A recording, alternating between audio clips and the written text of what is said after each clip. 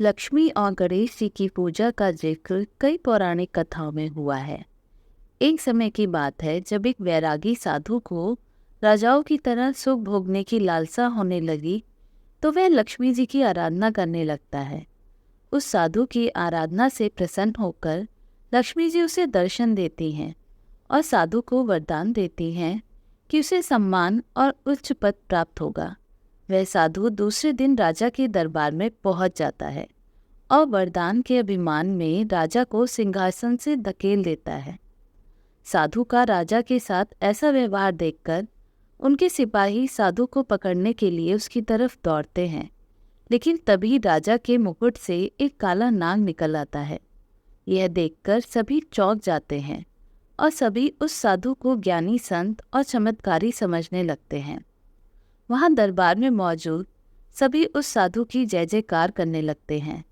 राजा भी साधु से खुश होकर उसे अपना मंत्री बना देता है। साधु के मंत्री बनने पर राजा उसे निवास के लिए एक महल देता है, जहां वह शान के साथ रहने लगता है। कुछ समय बाद एक दिन साधु राजा का हाथ पकड़कर उसे दरबार से खींचते हुए बाहर ले जाता है। यह देखकर उसके दरबारी भी पीछे पीछे भागने लगते हैं। सभी के दरबार से बाहर निकलते ही भूकंप आता है, जिसमें महल खंडर बन जाता है। सबको लगता है कि साधु ने उनकी जान बचाई। इससे साधु का सम्मान और बढ़ जाता है। यह देखकर साधु में घमंड की भावना जागृत हो जाती है। इसके कुछ दिनों के बाद एक सुबह साधु राजमहल में घूम रहा होता है। तभी उसकी नज़र गणेश जी की मूर्ति पर पड़ती है। साधु को वह प्रतिमा अच्छी नहीं लगती, तो वह उसे हटवा देता है। इससे गणेश जी साधु से रुष्ट हो जाते हैं और उसकी बुद्धि भ्रष्ट कर देते हैं। इस कारण वह हर काम उल्टा पुल्टा करने लगता है।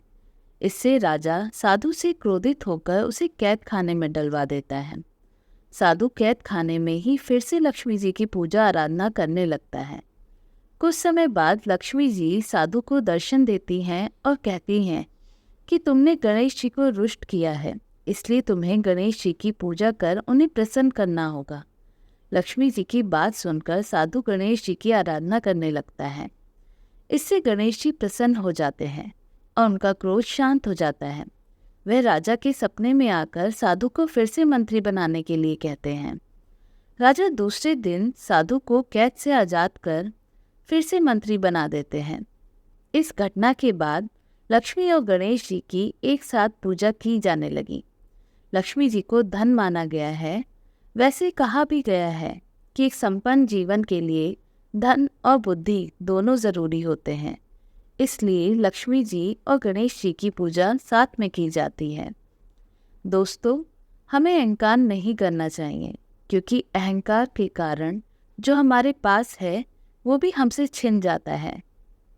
तो दोस्तों, आपको ये कहानी कैसी लगी हमें कमेंट करके बताइएगा। चैनल पर नए हो तो सब्सक्राइब ज़रूर कीजिएगा और बेल आइकन भी दबाइए और वीडियो को लाइक एंड शेयर भी कीजिएगा। वीडियो देखने के लिए बहुत बहुत धन्यवाद।